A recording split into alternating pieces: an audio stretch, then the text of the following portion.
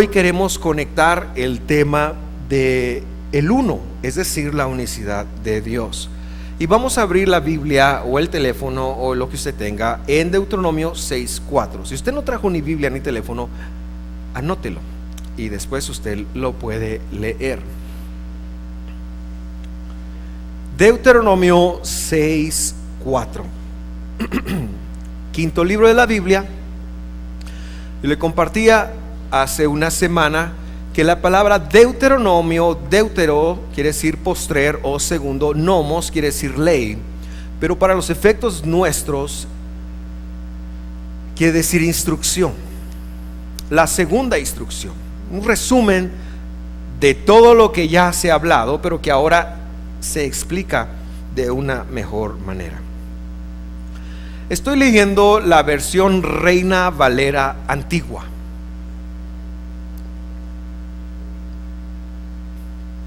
Y dice así: Oye Israel, Jehová nuestro Dios, Jehová uno es. Y amarás a Jehová tu Dios de todo tu corazón y de toda tu alma y de todo tu poder. La palabra Jehová hace una alusión al nombre personal de Dios. Las Biblias lo traducen de distinta manera porque no hay un consenso específico de cuál es ese nombre. Ese nombre está compuesto por 4 consonantes hebreas cuyas vocales se desconocen y son una yud, una y, una hei, que es una h, una vav, que es entre v o w, y una hei, que es otra h. Es decir, en castellano o en latino sería YHWH. Pero no se tienen las vocales. Así que en el siglo XI de nuestra época, un rabino le preguntaron cuál era el nombre de Dios, y él tomó las vocales de la palabra Adonai, que quiere decir Señor, y se las aplicó al YHWH.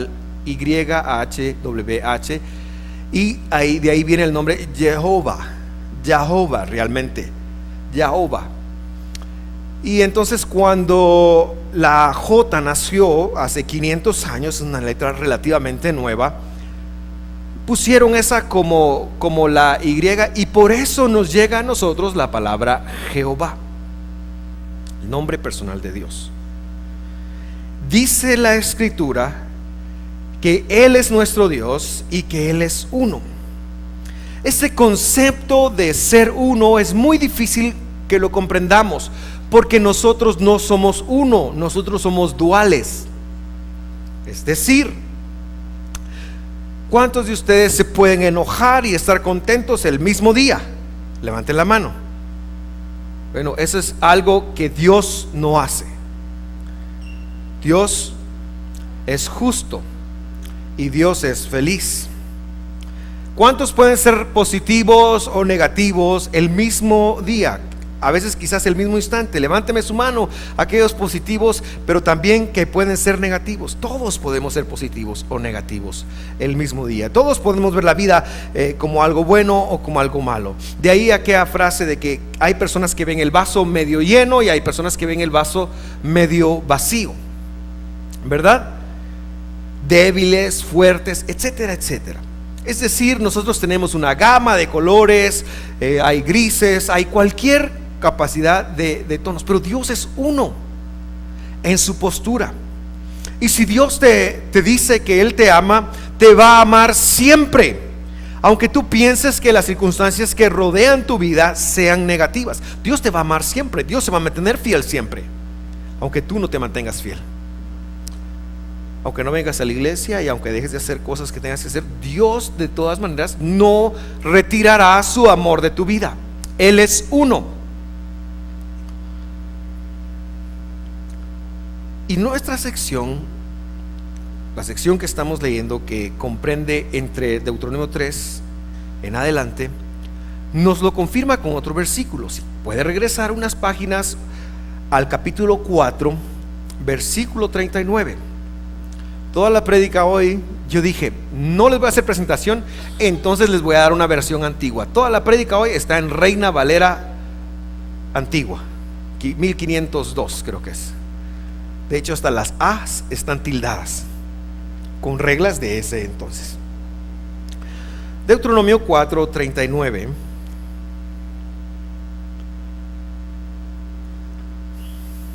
Moisés le está hablando al pueblo nuevamente y le dice lo siguiente. Si no trajo Biblia, anótelo y lo puede verificar después. Por tanto, reconoce hoy, no otro día, no mañana, no cuando estés de buenas, hoy, 21 de agosto del año 2016, reconoce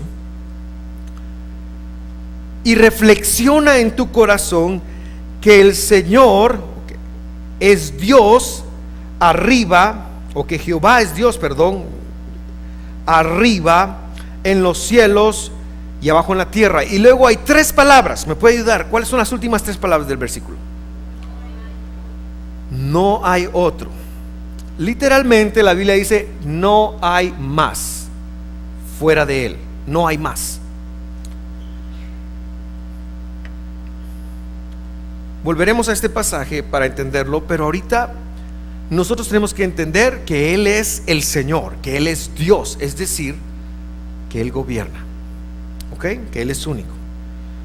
Jesús en Marcos capítulo 12 nos deja otra enseñanza muy importante al respecto de lo que estamos hablando. En el capítulo 12, versículo 28. Hay una situación bien interesante. Mientras lo buscas, se la cuento. Los judíos tienen una forma muy rara de estudiar. Nosotros vamos a la universidad, al colegio, y se para un maestro y empieza a dar una cátedra y uno toma notas porque él es iluminado y uno es el ignorante que no sabe nada. O va a la universidad donde haya que ir. Esa es la forma griega de estudiar. La forma hebrea o bíblica es: se toma un concepto y se empieza una discusión con las personas. Y por eso usted ve continuamente a Jesús pareciendo como que está boxeando con los fariseos, pero no están boxeando, están estudiando. Así estudiaban ellos. Lo que pasa es que el Señor se los echaba, bueno, víbora les decía, o sepulcros blanqueados, o qué sé yo, pero estaban estudiando. Entonces, en uno de esos estudios hay un cuate que está observando a Jesús y mira cómo está la interacción de él con un grupo de personas y dice: wow, qué bien les contestó. Ese cuate me llega. El versículo 28 dice esto. Ya me cambié de versión, ahora es la Biblia de las Américas. Uno de los maestros de la ley religiosa, es decir, un hombre con muchísimo conocimiento, mucho más conocimiento de la Biblia que este servidor suyo, estaba ahí escuchando el debate y se dio cuenta de que Jesús había contestado bien. Hermanos, Jesús era B y es B, pilas. Entonces le preguntó: de todos los mandamientos, ¿cuál es el más importante? Jesús contestó: el mandamiento más importante es: escucha, oh Israel, el Señor nuestro Dios es el único Señor. Ama al Señor tu Dios con todo tu corazón, con toda tu alma, con toda tu mente. Una frase que no está en Deuteronomio 6. Y con todas tus fuerzas. Entonces yo aquí quiero que usted haga conmigo 2 conexiones muy importantes. ¿Por qué este estudioso le preguntó a Jesús acerca de los mandamientos? No solo acerca de los mandamientos, sino cuál era el más importante. ¿Por qué? Porque los mandamientos son una forma de conexión con Dios. El mundo se desarregló cuando Adán pecó. Y Dios, que tiene siempre un plan, entregó la Biblia, entregó su instrucción, entregó su ley, en la cual habían mandamientos para ayudarnos a conectar con Él. En Juan 1, no lo busque, dice que en el principio era el verbo, y el verbo era con Dios, y el verbo era Dios, y es una referencia a Jesucristo mismo. Pero la palabra logos, que es la palabra que nos han traducido como verbo, quiere decir más palabra que verbo. Por ejemplo, un diálogo es un intercambio de palabras entre dos personas. Diálogo. Entonces lo que podemos entender es que Dios le entregó los mandamientos, la ley, la Torah, a su pueblo para conectarse con Él. Pero cuando Jesús vino, Jesús se convirtió en la conexión más, en la banda más ancha de conexión con el Creador. Olvídese si usted tiene 25 megas de descarga en su casa, eso no es nada comparado con la conexión que Jesús le da. Yo recuerdo cuando nos conectábamos al internet por teléfono. Niños, ¿saben qué es un teléfono? No, esto no es a lo que me refiero. Un teléfono tenía cola y tenía un colocho y se conectaba a la pared. Y entonces uno quería meterse al internet, y ¿cuál tu wifi? Ni que 8 cuartos. Entonces uno le daba doble clic a algo y empezaba.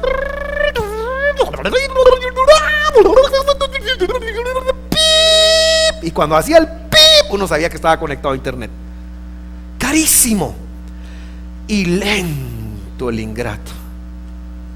Lento el ingrato. En ese entonces, descargar un video de YouTube de 3 minutos nos hubiera llevado 3 días. Hoy, uno tiene. ¿Y vos qué pasó? Se me arruinó el wifi, dicen por ahí. Pobrecito, dice uno. Cuando alguien no tiene wifi, es la persona más miserable del mundo. Entonces, ahora nos conectamos, ¿verdad? Pero Jesús provee de una banda que no nos podemos imaginar lo ancho que es para conectarnos con el Creador. ¿Qué estoy tratando de decir? Que los mandamientos reflejan a Jesús, dirigen a Jesús, conducen a Jesús y nos permiten conectarnos con el Señor. Son conexiones con Dios. La otra conexión que quiero que usted haga es: ¿de dónde sacó Jesús que la conexión más importante era: escucha al Señor, escucha a Israel, el Señor nuestro Dios, el Señor es uno y lo amarás con toda tu mente, con toda tu alma, etcétera, etcétera? ¿De dónde lo sacó? Lo sacó de Moisés, lo sacó del versículo en el cual empezamos. ¿Cuál es mi punto? Mi punto es que la divinidad de Jesús es exactamente la misma divinidad del Padre y la misma divinidad del Espíritu Santo. Y si a veces, y si nos enseña la Escritura, cuando usted tenga alguna necesidad, ore y pida en el nombre de Jesús, no le estamos pidiendo a un ente separado de otro ente. Estamos pidiendo al mismísimo Jesús, pero la palabra, el hacerlo en el nombre de Jesús, nos da una conexión distinta. Estoy diciendo, es lo mismo. Es lo mismo. La razón de tomarnos el tiempo para predicar esto es que nosotros conectemos que Jesús es el Padre, que el Padre es Jesús en esencia, pero que tienen funciones distintas. Es la esencia. Refiriéndose a Cristo Jesús, la Biblia dice que en Él habita toda la plenitud de Dios. Y el Espíritu Santo también. Por eso no podemos menospreciar el don que Dios nos ha dado. No lo entendemos porque decimos: si está aquí conmigo, entonces no está conmigo. No, porque el mundo espiritual no se asemeja al mundo físico que vemos. Porque si yo estoy aquí, no puedo estar allá.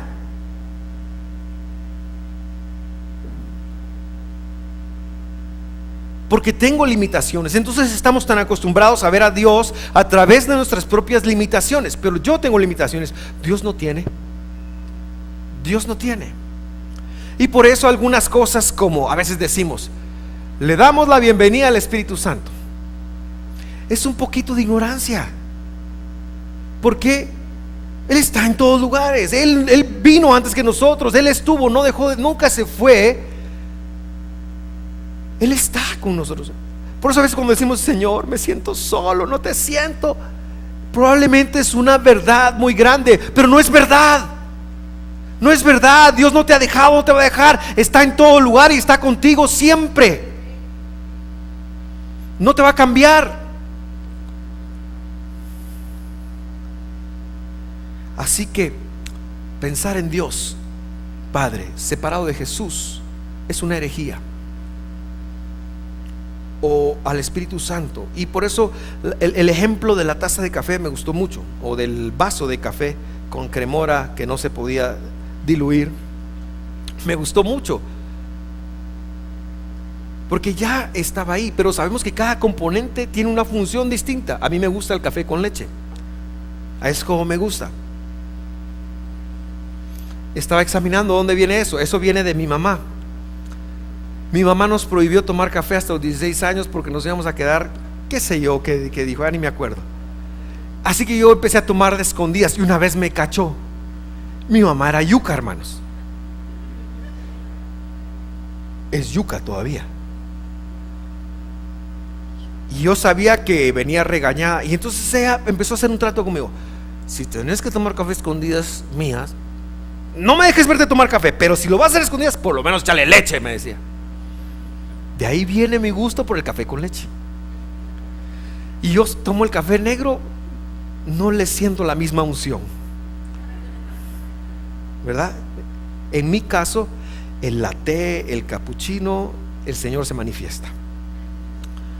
Ok, volvamos a Deuteronomio 6:4.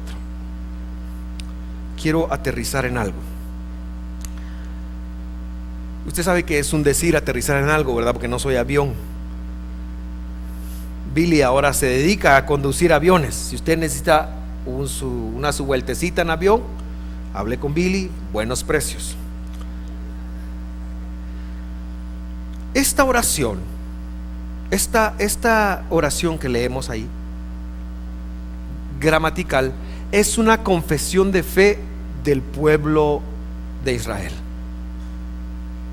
Escucha el Señor nuestro Dios, el Señor uno es. Si usted sigue leyendo, se nos dice que es una oración que debemos de hacer al levantarnos y al acostarnos. Y también se enseña que debemos de enseñarla a los hijos.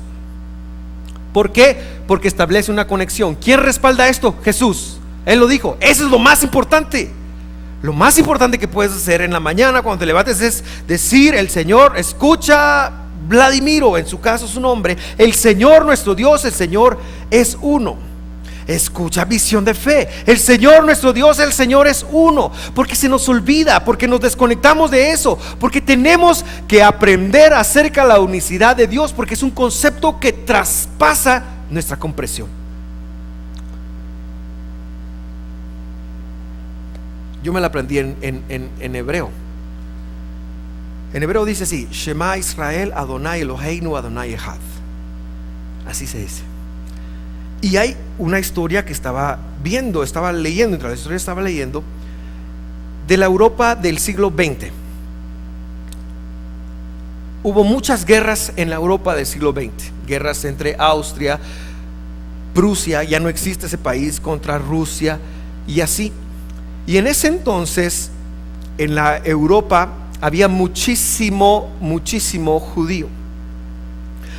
Así que era probable que alguna vez un judío del lado alemán estuviera peleando contra un judío del lado ruso. Y hay historias documentadas de soldados, porque en ese entonces era cuerpo a cuerpo, no era como ahora, ¿verdad?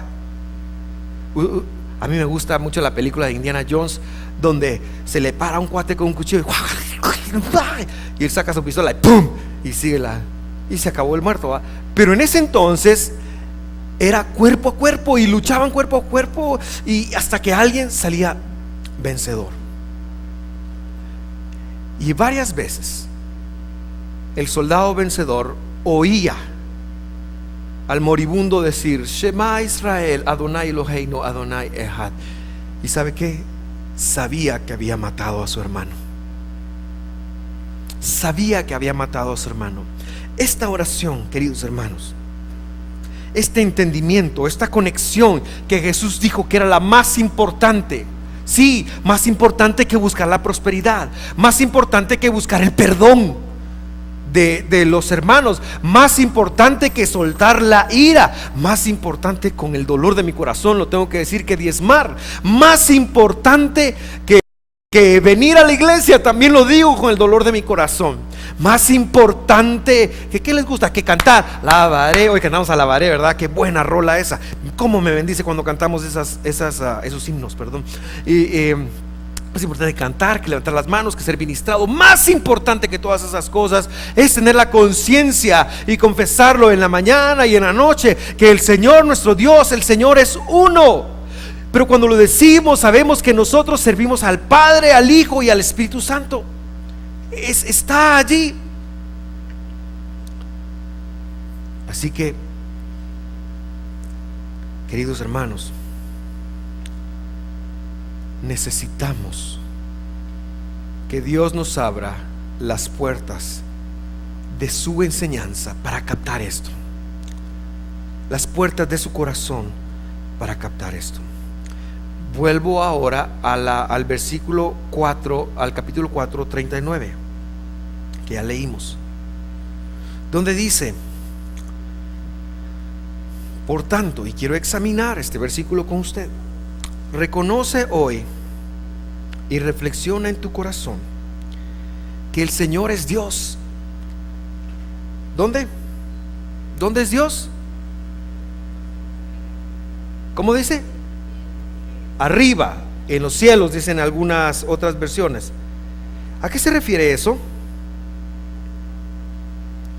Analicémoslo poco a poco. A ver, por tanto, reconoce. ¿Qué es reconocer? ¿Qué es reconocer? El viernes estaba yo en un lugar, tenía que apurarme, cuando de pronto reconozco una cara y mi memoria empezó. Mi compañero de bachillerato. Me encontré un compañero de bachiller y las primeras palabras que pudieron salir de mi boca es: hola French, ¿cómo estás? Yo le puse ese apodo, hermanos, French, porque él era colocho y canchito y usaba el pelo así, parecía un French poodle. Entonces le pusimos French. Y nadie más le volvió a decir Edgar. Todo el mundo le clavó el French. Si me estás viendo, French, lo invité a vernos hoy. Lo siento, French. Perdón, Edgar. Pero lo que estoy tratando de decir es que lo reconocí. Es alguien que formó parte de mi vida en algún momento. Le hablé del Señor, lo invité a la iglesia, le hablé de ahí, estuvimos hablando ahí. Fue bueno encontrarme, reconocer. Es así como, entender. Sí, eso es aquel es French. Sí, Él es Dios. Reconoce hoy y reflexiona en tu corazón. Queridos hermanos, hemos perdido el arte de reflexionar.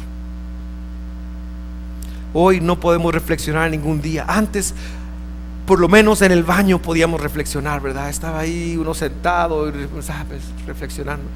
Pero ahora esa maña nos sigue por todos lados. Bueno, a mí me sigue por todos lados, yo no sé a usted, pero está uno ya ni reflexionar puede.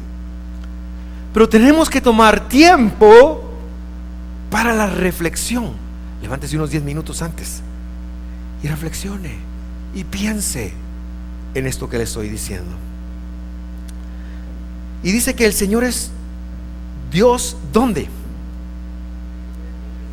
Arriba, en el cielo. ¿A qué se refiere? Se refiere al mundo espiritual, del cual no podemos captar muchas cosas. Usted sabe que hay una realidad espiritual que no vemos. Por eso a veces es bueno cerrar algún sentido para tratar de percibir el mundo espiritual. ¿Por qué los perros ladran antes de un terremoto? ¿Por qué el mar en la luna llena, creo que es, se pone raro? Se afecta. Hay cosas del mundo espiritual que no entendemos, pero hay un mundo espiritual. Hay un mundo espiritual que dice que cuando una persona me hace problema, fíjese lo que le voy a decir, cuando una persona me hace problema, cuando una persona no me quiere, me odia, me ofende, dice la Biblia que no es él, sino es algo en el mundo espiritual que lo está manejando. Fíjese, eso lo dice en Efesios: nuestra lucha no es contra carne ni sangre, sino contra potestades, y lo dice así, ¿verdad? O sea, hay un mundo espiritual que no entendemos. Y lo que la Biblia está diciendo aquí es que el Señor es Dios, pero la palabra para Dios a nosotros se queda corto. Lo que está diciendo es que el Señor es el gobernador, es el jefe, es el que manda, pues, es el que manda, y que es imposible que un solo detalle se le escape en el mundo espiritual. En el mundo espiritual Él manda, Él gobierna. No hay un ángel que haga algo sin que Él lo permita, y se hace como Él dice. Así que las personas que mataron a Jesús no vencieron a Dios, Él lo permitió. Llevaba un propósito. Es Dios en el mundo espiritual. Y luego, ¿qué más dice? Refiriendo con que el Señor es Dios arriba en los cielos. ¿Y dónde más? Y abajo en la tierra. Nosotros tendemos a pensar que es Dios en los planetas y aquí en la tierra, pero no, está hablando de lo físico y lo espiritual, lo que se percibe y lo que no se percibe. Y de la misma manera que controla el mundo espiritual, es Señor de lo que pasa aquí en la tierra. Eso es que el Señor es uno. Y termina diciendo: no hay otro fuera de Él. ¿Cómo así? Si Dios te quiere bendecir, si Dios te quiere hacer millonario, nadie lo puede impedir, porque Él gobierna en el mundo espiritual y en el mundo físico. Si Dios te quiere sanar, si Dios te quiere levantar, si Dios te quiere catapultar, si Dios te quiere bendecir, si Dios te quiere dar lo que Dios quiera, no hay un solo ser en todo el universo que pueda impedir que eso se dé. Nuestro Dios es todopoderoso. Él está sobre todo. ¿Por qué vivimos cosas malas? Esa es otra historia. Hay que quedar bien con la cocinera, dice el dicho. Pero uno, cuando no le va bien, uno busca a ver qué hace. Pero el punto es: el Señor es uno. Tenemos que ir primero con el Señor, porque Él es el que gobierna. Esos detalles que no nos gustan no se le escapan de su control. No. Él puede cambiar la realidad así, si Él quiere. Si Él quiere. Y por eso los hijos de Dios tenemos que aprendernos a conectar. Por eso escucha Visión de Fe. El Señor nuestro Dios, el Señor es uno. No hay fuera de Él.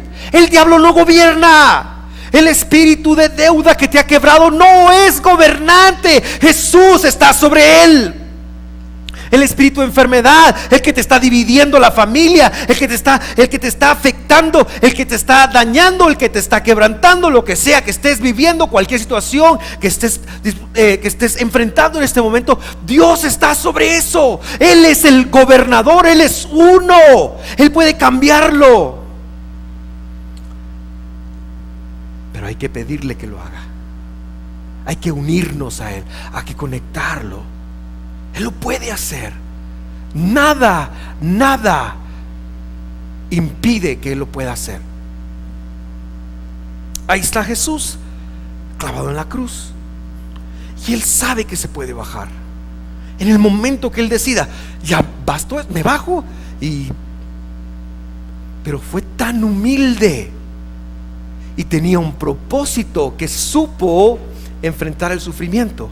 Ok, él ya lo hizo. ¿Por qué nosotros seguimos tratando de sufrir? ¿Por qué no aprovechamos el poder de Dios y seguimos sufriendo y seguimos pasándolo mal a esto y no queremos sufrir, y entonces vamos y nos peleamos y hacemos y deshacemos, pero no vamos con el que realmente nos puede ayudar a cambiar nuestra realidad? Escucha, Visión de Fe, el Señor nuestro Dios, el Señor es uno, todopoderoso.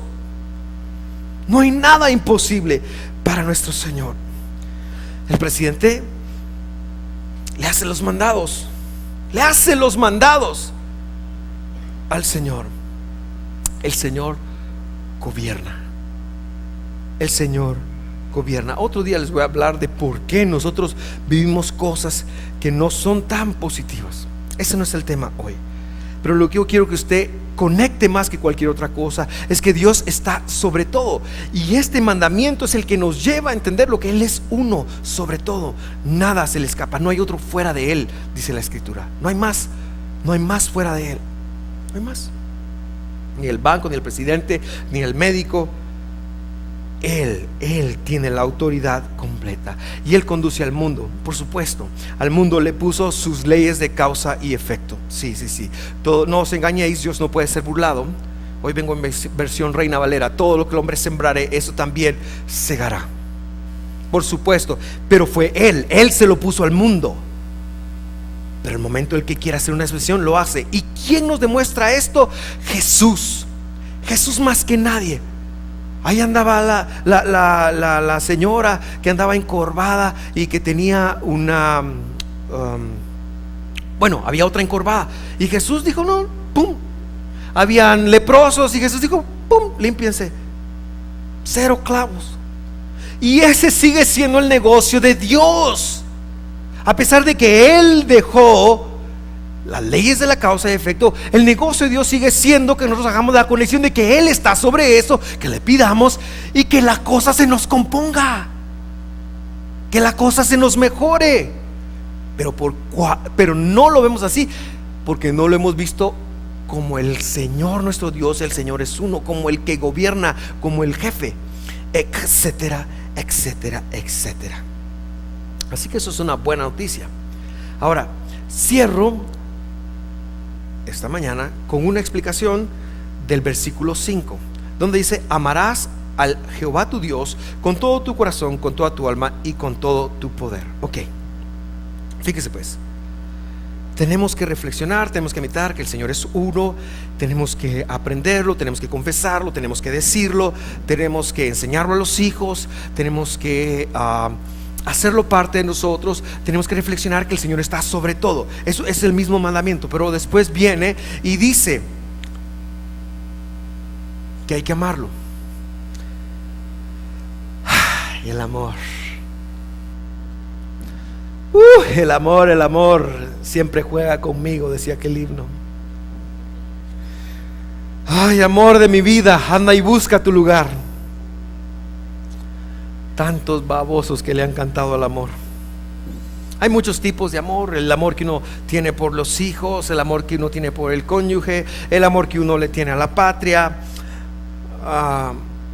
Pero el cristiano debe entender que su mayor amor debe ser Dios. ¿Sí? El cristiano tiene que entender, y esa es la explicación del mandamiento, que debe de aprender a amarlo a Dios por sobre todas las cosas. Aunque no entienda lo que está pasando, lo que está viviendo, aunque ande pasando el Niágara en bicicleta, el cristiano debe entender que tiene que amar a Dios sobre todas las cosas. Y si lo pone a escoger la mujer entre ella o Dios, o el hombre entre ella o Dios, tiene que escoger a Dios. Le va a ir mejor con Dios. Job, en la Biblia, Job está mal, está enfermo, ha perdido todo lo que tiene y está hecho pedazos. está tirado con una tiza rascándose porque le ha salido un problema en la piel y está por todos lados y está angustiado, está triste, está deprimido, está enojado, está qué sé yo. Y llega la mujer. Está tan linda las mujeres, ¿verdad, hermano? Dios las bendiga a las señoras. Y lo ve bien fletado. Se le queda viendo. Papadito, yo te venía a pedir gasto, pero ahorita no me puedes dar, pero ni lástima. ¿Sabes qué? Maldice a Dios y muérete ya, y no te quiero ni ver, estás tan mal que te deseo que te vayas con el Señor para que puedas ser sano. Maldice a Dios y muérete. ¿Cómo se sentiría usted si su cónyuge le dijera eso? Ya morite, papá. Ya, Señor, mejor si te vas con el Señor, porque mejor. Complicado, ¿eh? Y él le responde con conocimiento de este mandamiento y le dice: mujer, no seas insensata, no sabes lo que estás hablando, quítate de aquí.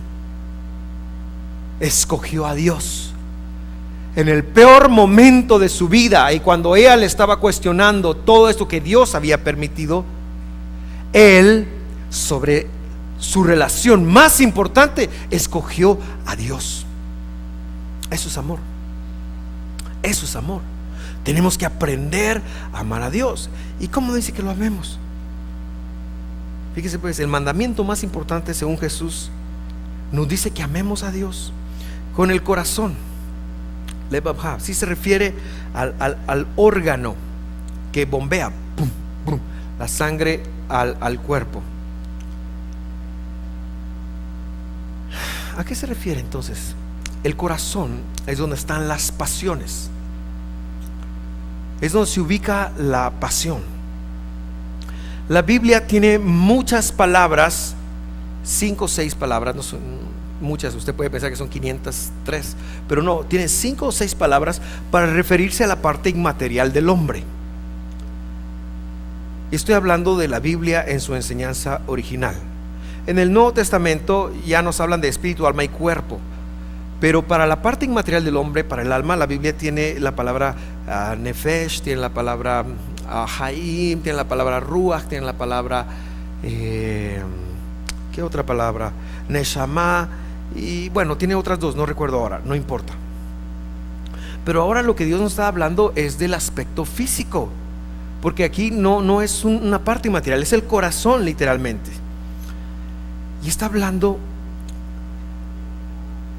de que Dios pueda ser el número 1 en tus prioridades físicas, de que lo puedas buscar. Está hablando de prioridades, está hablando de intención. Porque el día que tu corazoncito se pare, te vas a ir con el Señor. Está hablando de dar tu vida por el Señor. Nos cuesta entender eso. Una historia rápida. En el siglo I vivió una señora que tenía 7 hijos, y entregaron a estos 7 hijos en el circo romano a los leones, y los leones los desgarraron y los destruyeron. Y le preguntaron después de eso: oye, ¿estás lista para negar a Jesús? Y ella respondió: no puedo negar al que me dio la vida. Y entonces la entregaron a ella también. Yo hubiera dicho: Jesús, ¿cuál Jesús? ¿Ah? ¿Verdad? Dar la vida, dar la vida. La otra cosa que dice es el alma, la parte inmaterial de la persona que se conoce como nefesh y que se ubica en el hígado de la persona. Ya le va tomando una idea, ¿verdad? El hígado. ¿Cuántos tienen hígado acá? ¿Qué hígados va?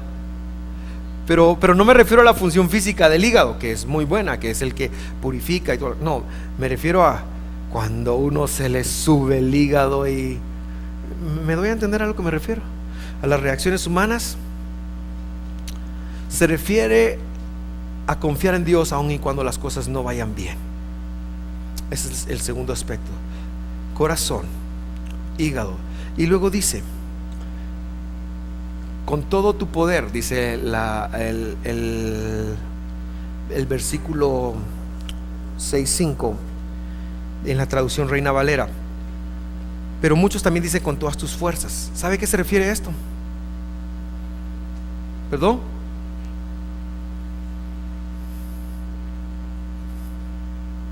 Dinero. Con todo tu dinero. Hermano, las billeteras no son evangélicas. Señor, mi corazón, mi vida. Pero la billetera, digo, no traje, lo estoy viendo, ¿verdad? Y uno dice, sí, de todo de mi, pero de mi dinero no, Señor. Eso lo voy a manejar yo. Yo sé mejor. Y la Biblia dice que tienes que escoger a Dios sobre las cosas que son importantes para tu corazón, sobre tus reacciones y sobre tus finanzas. Eso es la conexión más importante. Eso es amar. Escucha, Israel, el Señor nuestro Dios, el Señor es uno.